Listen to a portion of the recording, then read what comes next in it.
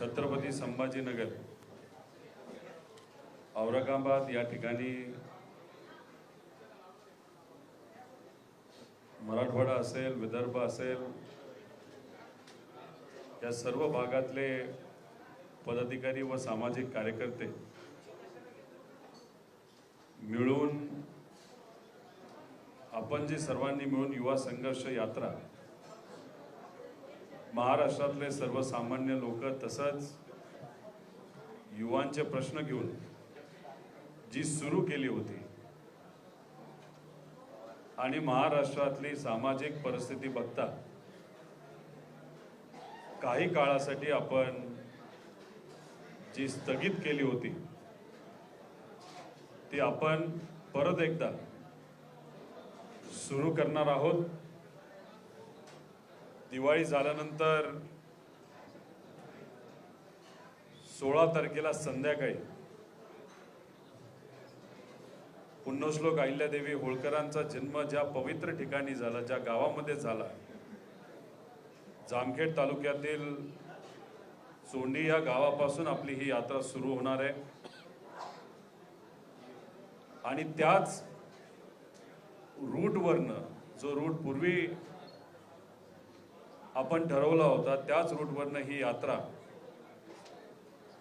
पायी जात नागपूरला 11 ते 12 तारखेला ती पोहोचणार आहे। योगायोगाने ज्या दिवशी ती यात्रा नागपूरला पोहोचेल तो दिवस म्हणजे 12 डिसेंबर, आदरणीय पवार साहेबांचा वाढदिवस। याच्यामध्ये आधी जी यात्रा आपण सुरू केली होती, ज्यासाठी आपल्याला अनेक दिवस मिळत होते,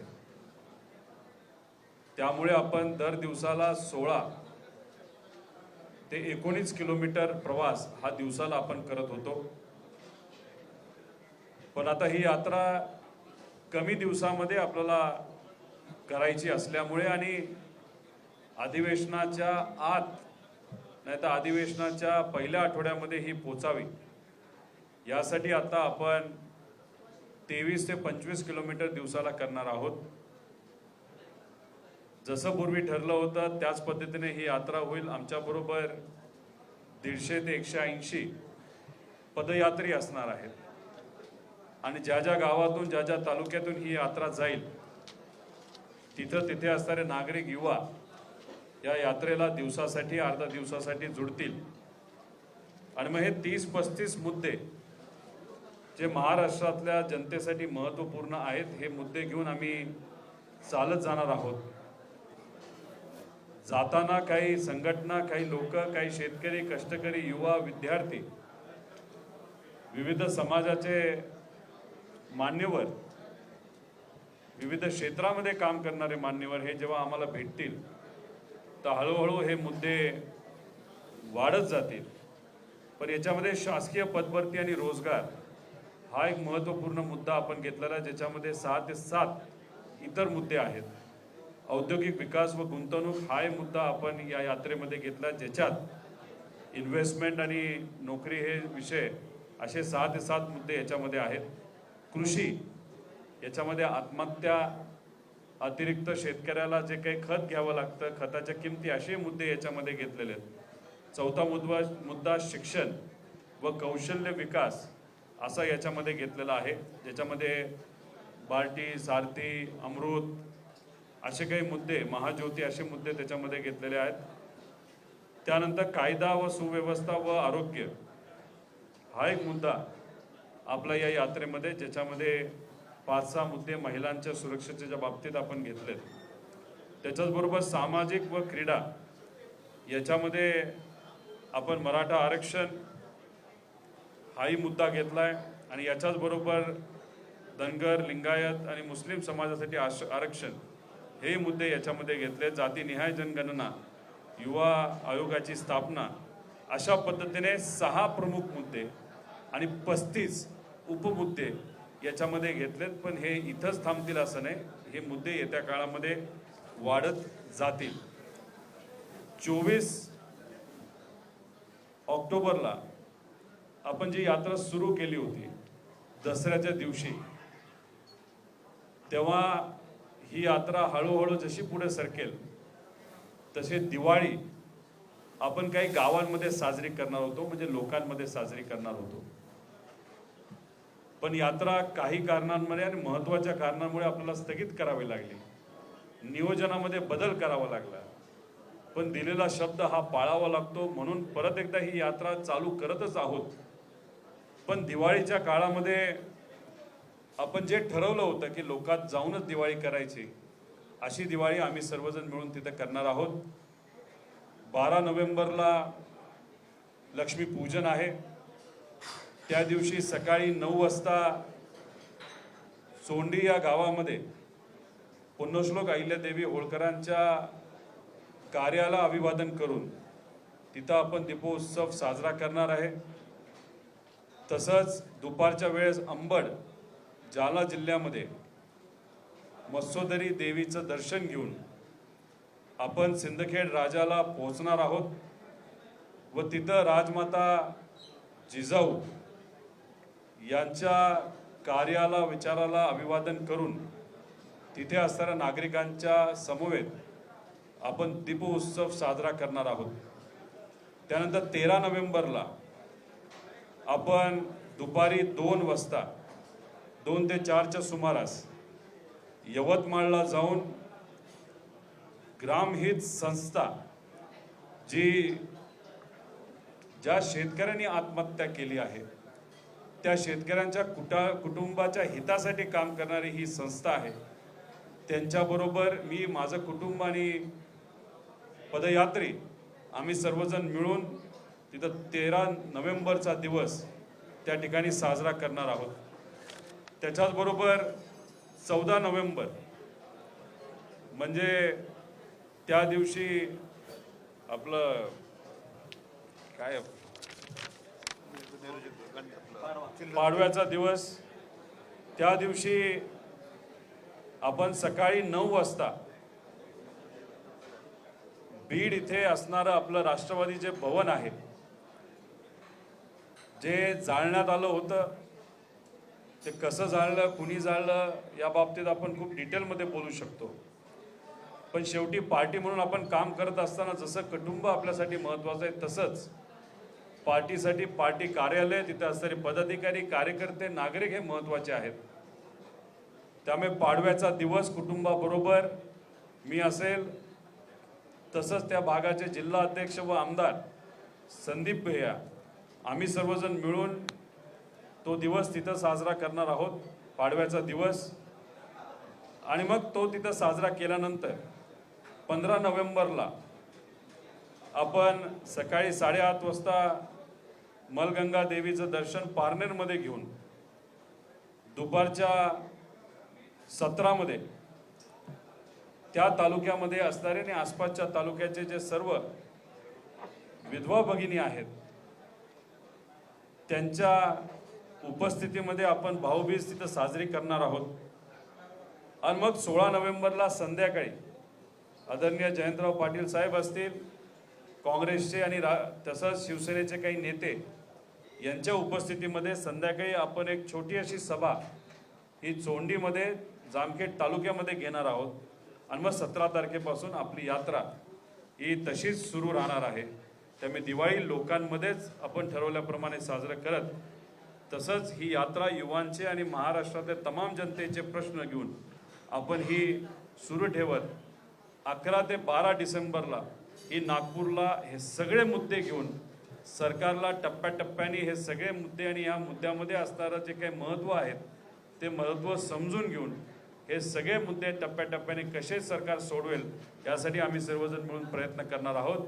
त्यातला पहिला मुद्दा कंत्राटी नोकर भरतीचा GR मागे घेण्याचा जो होता तो त्यांनी घेतलेला आहे.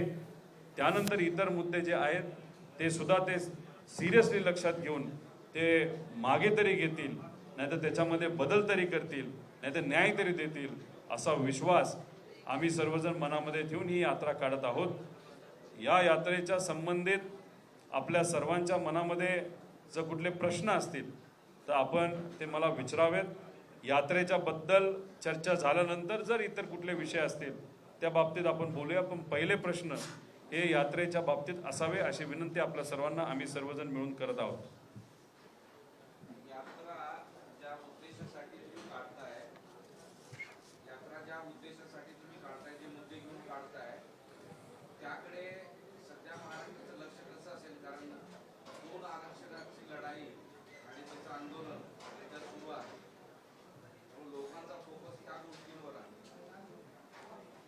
कदाचित राज्यातल्या नेत्यांचा फोकस हा त्या बाबतीत चर्चा व्हावी याच्याकडे कदाचित असावा, पण सामान्य लोकांचं मत आहे की आरक्षण हे मिळालंच पाहिजे. आरक्षण मिळत असताना आज ज्या काही अडचणी सामान्य लोकांना सोसाव्या लागत आहेत, जसं की दुष्काळाची परिस्थिती आपल्या राज्यामध्ये अतिशय हालाकीची आहे आणि याच्यामध्ये गोंधळलेलं जे सरकार आहे, निकामी जे सरकार आहे, त्यांनी कुठेतरी फक्त 40 तालुके हे दुष्काळग्रस्त जाहीर केले आणि इतर तालुक्यांकडे कुठेतरी त्यांनी दुर्लक्ष केलं. मराठवाड्याचे काही पदाधिकारी मिळून आम्ही आज कमिशनर साहेबांना भेटलो. या आपल्या जिल्हे जे मराठवाड्यामध्ये येतात त्यातले काहीच तालुके फक्त हे दुष्काळग्रस्त म्हणून त्यांनी जाहीर केले, पण इतर तालुक्यांना त्यांनी घेतलं नाही. त्यामुळे हाही मुद्दा शेतकऱ्यांसाठी, त्या जिल्ह्यामधल्या नागरिकांसाठी आणि ज्या विद्यार्थ्यांना आज टेन्शन वाटतंय की उद्या जाऊन आमची फी भरता येईल का नाही, त्यामुळे शिक्षण आमचं पूर्ण होईल का नाही, यांच्यासाठी हा मुद्दा महत्त्वाचा आहे जो आपण घेतलेला आहे. नोकर भरतीचा मुद्दा आहे, बेरोजगारीचा मुद्दा आहे, आरोग्याचा मुद्दा आहे, खतं जी महाग झाली तोही याच्यामध्ये आपण मुद्दा घेतलेला आहे. सारथी, बार्टी, महाज्योती, TRTI ह्या संस्थेचे प्रश्न महत्त्वाचे आहेत, तेही सुद्धा याच्यामध्ये आपण घेतल्या. महिला सुरक्षतेचा मुद्दा आहे.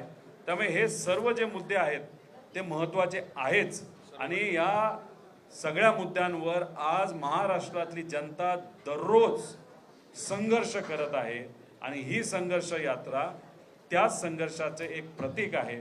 त्यामुळे तुम्ही म्हणत असला तरी सुद्धा आम्हाला विश्वास आहे की लोक या बाबतीत चर्चा करेल. सरकार करेल नाही करेल हा मुद्दा नंतरचा, पण लोकांनी या बाबतीत चर्चा करावी, कारण का शेवटी मुद्द्यावर बोलण्याशिवाय अडचणी सुटत नसतात. आज हे सरकार मुद्द्यावर न बोलता नको त्या विषयावर त्या ठिकाणी चर्चा करत आहे, जसं की कोण मंत्री होणार, कोण मुख्यमंत्री होणार, कोण पालकमंत्री होणार, त्या मुद्द्यांपेक्षा हे मुद्दे जास्त महत्त्वाचे आहेत. आरक्षणाचाही मुद्दा महत्त्वाचा आहे, तोही मुद्दा आपण या यात्रेमध्ये घेतलेला आहे.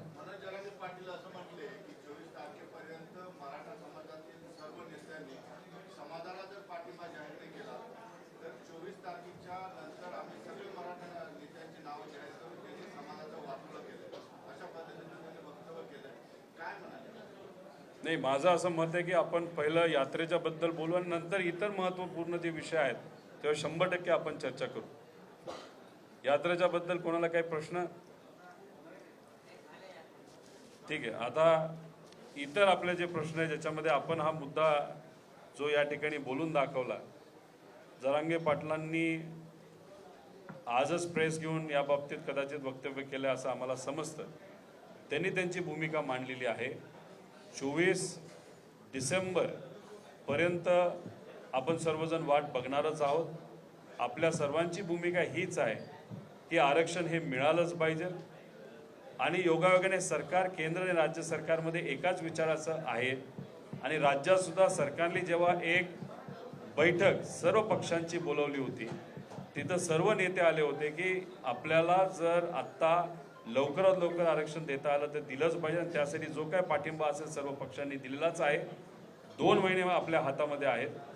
2 महिने उलटण्याच्या आतच सरकार या बाबतीत सकारात्मक निर्णय घेईल अशी अपेक्षा आपण सर्वजण करूया.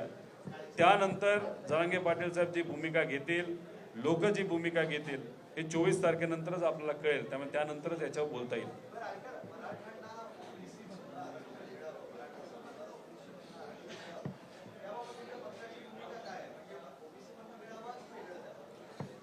एक सगळ्यात महत्त्वाचा मुद्दा याच्यामध्ये आपण सर्वांनी समजून घेतला पाहिजे की आरक्षणाच्या बाबतीतली मागणी ही गेल्या काही वर्षातच का व्हायला लागली.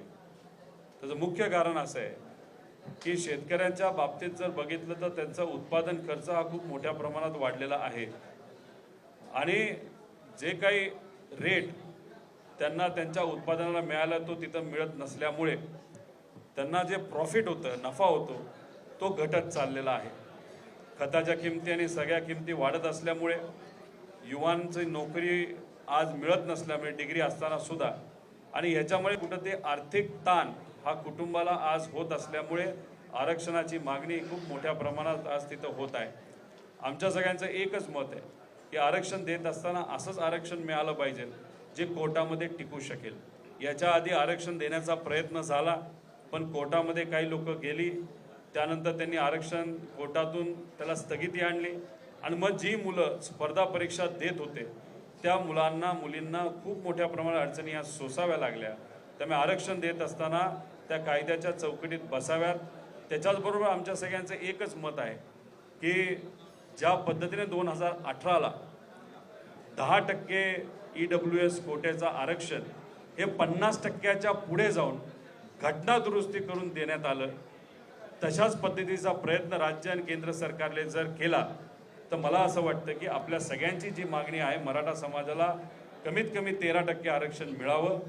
तसंच धनगर समाज असेल, लिंगायत समाज असेल, मुस्लिम समाज असेल, या सगळ्यांचं एकत्रित करून आपण जर घटना दुरुस्ती करू शकलो तर मला असं वाटतं कायमस्वरूपी हा मुद्दा आणि हा प्रश्न हा सुटेल असं आमच्या सगळ्यांचं मत आहे. दुसरा कोणाचा काय प्रश्न आहे का? जर कोर्टामध्ये टिकायचं असेल आणि मोठ्या प्रमाणात जो घटकात वंचित आहे त्याच्यामध्ये आज जर बघितलं तर 13 ते 16% आरक्षण मराठा समाजाला लागणार आहे. ते आपल्याला द्यायचं असेल आणि मोठ्या प्रमाणात समाजातल्या युवांना जर न्याय द्यायचा असेल तर आपल्याला घटना दुरुस्ती ही करावी लागेल. काही लोकांचं प्रश्न आहे की घटना दुरुस्ती होऊ शकते का नाही, तर EWS कोट्यासाठी घटना दुरुस्ती ही केली होती. तशा पद्धतीने मराठा आरक्षणासाठी व तसंच धनगर, लिंगायत आणि इतरही समाजाच्या आरक्षणासाठी जर प्रयत्न झाले, केंद्र सरकारने जर सहकार्य केलं तर 100% हा मुद्दा सगळ्या समाजासाठी आणि खास करून मराठा समाजासाठी ते सुद्धा 16% आरक्षण हे त्यांना अतिरिक्त मिळू शकतं.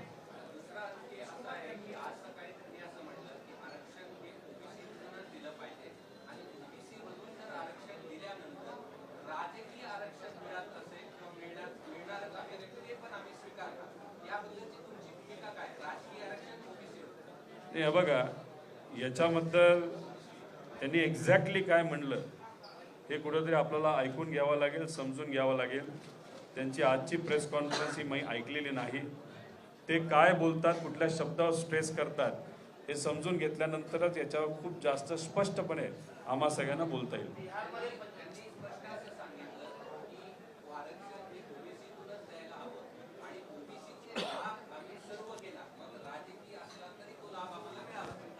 मुद्दा एकच आहे की जेव्हा आपण डायरेक्टली एका व्यक्तीकडनं एखादी गोष्ट जेव्हा ऐकतो त्यातून काही गोष्टी स्पष्टपणे आपल्याला कळतात. काल मी मुश्रीफ साहेबांबद्दल एक वक्तव्य केलं, उलट त्यांची बाजूच घेत होतो. त्यांना असं वाटलं जेव्हा पत्रकारांनी प्रश्न विचारला की मी त्यांच्या विरोधात बोललो आहे. त्यामुळे जेव्हा एखादा पत्रकार प्रश्न विचारतो आणि संवेदनशील एखादा विषय असतो, ज्या व्यक्तीने तो प्रश्न विचारलेला आहे नाही तर ते वक्तव्य केलेलं आहे ते वक्तव्य डिटेलमध्ये जाऊन समजून घेतल्याशिवाय संवेदनशील विषयावर आत्ता इथं बोलता येणार नाही.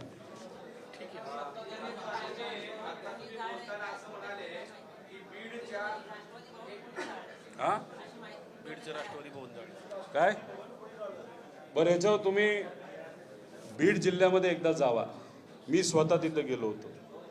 मी तिथं पंडितांच्या घरी गेलो, मी क्षीरसागरांच्या घरी गेलो, राष्ट्रवादी भवन जे जाळण्यात आलं होतं तिथं गेलो, सोळंकेंच्या घरी गेलो. तिथं असणारे सामाजिक कार्यकर्ते, नागरिकांशी मी चर्चा केली. आता ह्याच्यामध्ये जे मला कळलं ते मी इथं सांगतो. याच्यावरनं तुम्ही सुद्धा खोलात जाऊन काही चर्चा करता येईल. तिथं असं मला सांगण्यात आलं होतं की तिथे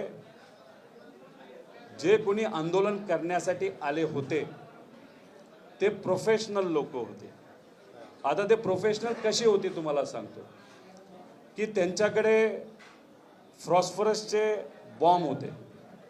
फॉस्फरस हे टाकल्यानंतर ते आगीच्या संपर्कात आल्यानंतर मोठा भडका होतो गाडीमध्ये टाकताना व्हिडिओ काय आलेले ते तुम्ही बघा. त्यांच्याकडे पेट्रोल बॉम्ब होते. तसंच तिथं जेव्हा ते एखाद्या ठिकाणी जायचे त्या प्रत्येक घराला एक स्पेसिफिक नंबर दिला होता. ते फोनवर बोलत असताना असे बोलायचे 70 नंबर घरी चाललो आहे, 22व्या टार्गेटवर आता पोचलेलो आहे आणि 25व्या टार्गेटला नंतर जायचं आहे. असं जे काही वक्तव्य असतं, भाषा असते, ती प्रोफेशनल लोकांची असते. त्याच्यामध्ये एका गाडीमध्ये एका विशिष्ट साईजचे दगड ठेवली होती. जेव्हा बॅग एक प्रकारची बॅग घातली होती, नाही तर त्यांच्याकडे एक कापडामध्ये दगडं जी ठेवली होती ती विशिष्ट साईजची दगडं एका गाडीमध्ये होती. ती त्यांच्याकडची दगडं जेव्हा संपायची ते गाडीकडे जायचे, ती दुसरी दगडं त्यांच्याकडे घ्यायचे आणि मग ते फोडायचे. मागच्या बाजूला सल्फर त्या फॉस्फरसचे जे बॉम्ब होते त्याचा ते वापर करत होते. 3 विभागामध्ये टीम होती. एक टीम आधी जायची, CCTVचे कॅमेरे एका दगडामध्ये, नेम इतका त्यांचा भारी होता, एका दगडामध्ये CCTV कॅमेरा फोडायचे. दुसरी टीम जायची की दुसरं कुणी लोक व्हिडिओ काढतायत का, काढत असतील तर मोबाईल हातामध्ये घ्यायचा, तो फेकून द्यायचा, नाही तो तोडायचा. आणि तिसरी टीम असायची दगड फेकण्यासाठी आणि तिथं फॉस्फरसचा आणि पेट्रोलचा बॉम्ब वापरून तिथं पेटवायचं. याच्यामध्ये काही घरांमध्ये ते जेव्हा जायचे तेव्हा बाहेरचे जे लोक होते, नागरिक होते, त्यांना थांबवायचे. आत वडीलधारी लोक आहेत, तुम्ही जाऊ नका. आत महिला आहेत, लहान बाळं आहेत. तिथली जी मुलं जे काही प्रोफेशनल आले होते ते त्यांना सांगायचे आम्हाला काय फरक पडत नाही, बाळ असू द्या, महिला असू द्या, नाही तर वडीलधारू असू द्या. आणि त्याच्यामध्ये ते काहीतरी विशिष्ट पदार्थ याचं सेवन करायचे. त्याचं कदाचित ते ड्रग असू शकतं. त्यामुळे ते कितीतरी किलोमीटर पळत होते, उड्या मारत होते, वेड्यासारखं काय करत होते, तरी त्यांना काही फरक पडत नव्हता.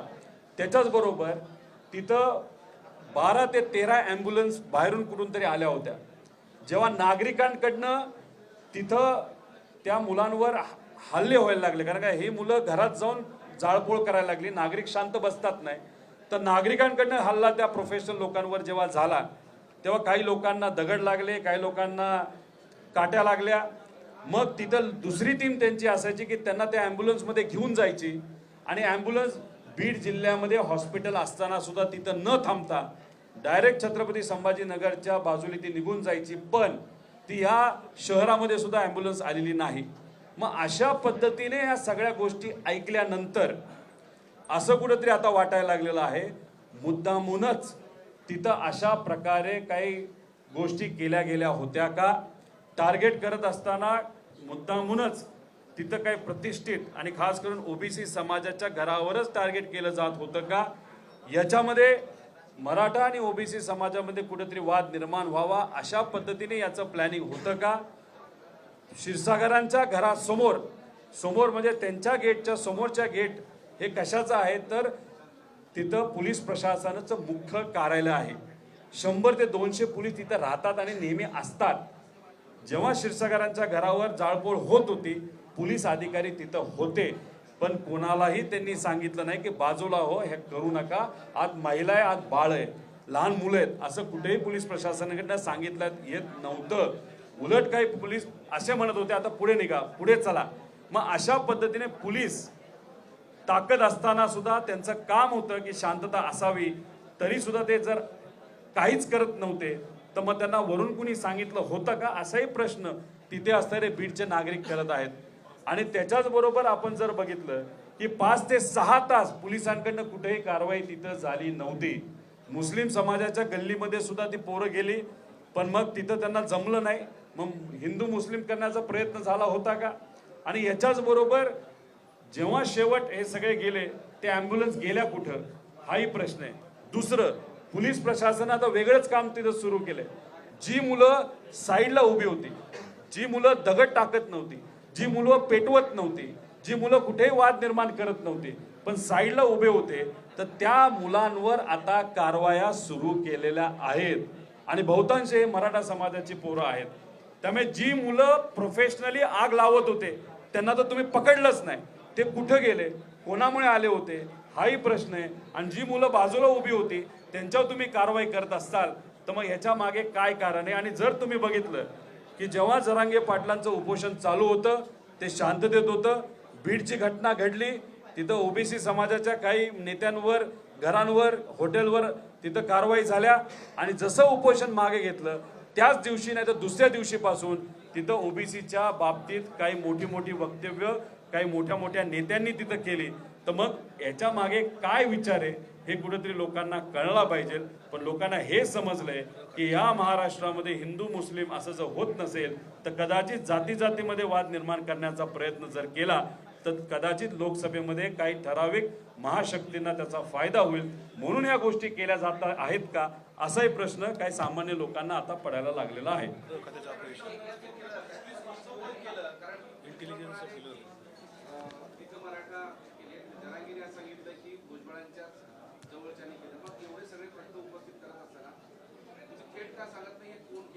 नाही बघा, पोलीस प्रशासन जेव्हा कारवाई करत नाही बघायची भूमिका घेतं मग कुठंतरी मनामध्ये अशी शंका येते की शासनाकडनंच ह्या गोष्टी केल्या गेल्या आहेत का.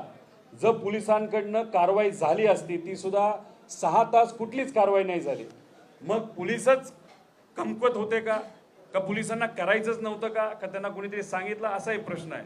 आणि हे जे प्रोफेशनल लोक आहेत ते आली कुठून, त्यांना एवढं ट्रेनिंग कुठं दिलं गेलं होतं.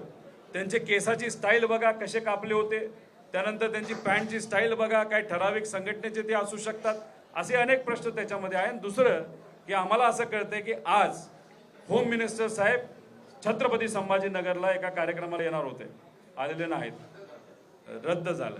मला अशी अपेक्षा होती की जिथं जाळपोळ झाली आणि होम मिनिस्टरशिप तुमच्याकडे असेल तिथं त्यांनी एकदा जायला पाहिजे होतं. महाराष्ट्राचे उपमुख्यमंत्री म्हणून जेव्हा इथं या हॉस्पिटलमध्ये लहान बालकं दगावली तिथं त्यांनी यायला पाहिजे होतं. ठीक आहे, आज त्यांचा कार्यक्रम कॅन्सल झाला, पण शेवटी येत असताना कुठंतरी लोकांच्या हिताचे प्रश्न सुद्धा सुटावेत यासाठी त्यांनी प्रयत्न कुठं ना कुठेतरी केले पाहिजे.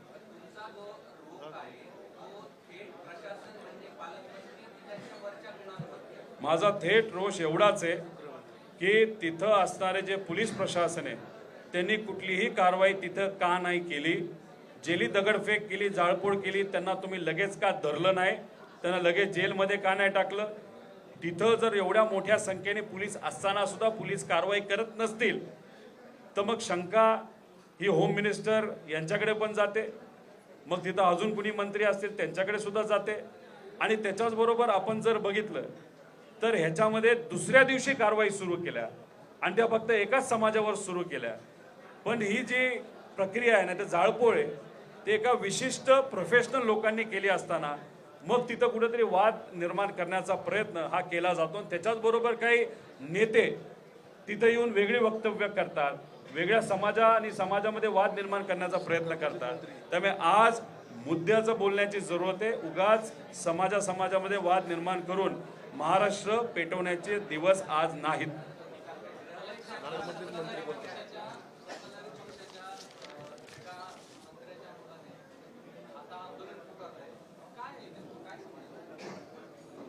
हे गोंधळलेलं निकामी सरकार आहे.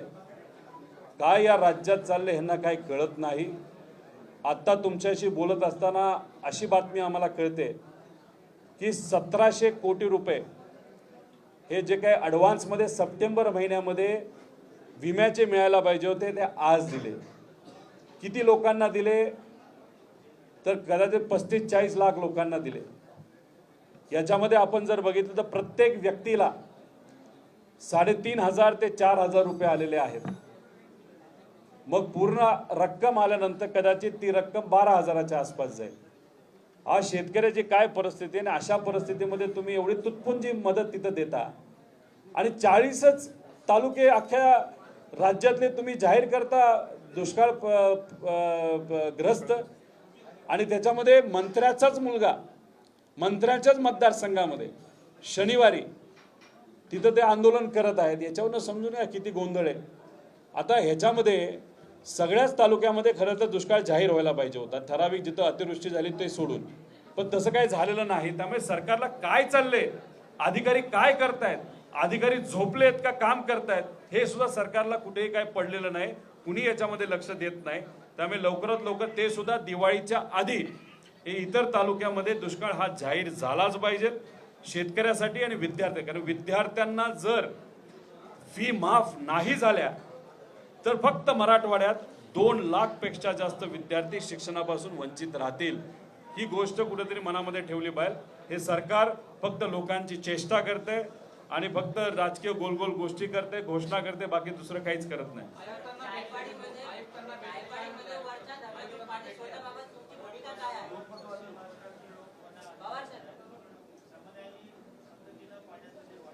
तोच मुद्दा.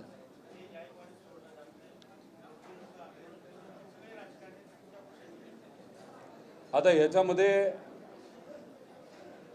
नाशिक जिल्हा, नगर जिल्हा आणि छत्रपती संभाजीनगर जिल्हा ह्या तिन्ही जिल्ह्यांनी एकत्रित बसून याच्यावर तोडगा लवकरात लवकर काढण्याची जरूरत आहे. सर्व जिल्ह्यांमध्ये मोठे मोठे नेते आहेत. आपल्या छत्रपती संभाजीनगरमध्ये तर अनेक मंत्री आहेत. वरती तर कदाचित 1-2 मंत्रीच असू शकतात. त्यामुळे या सगळ्या मंत्र्यांनी बसून याच्यावर तोडगा लवकरात लवकर काढला पाहिजे आणि कुठल्याही शेतकऱ्यावर, व्यक्तीवर अन्याय होणार नाही या बाबतीतली दक्षता सरकारली आणि तिथे असणाऱ्या नेत्यांनी आणि पदाधिकाऱ्यांनी राजकारण न करता तिथं घेतली पाहिजे, असं माझं तरी मत आहे.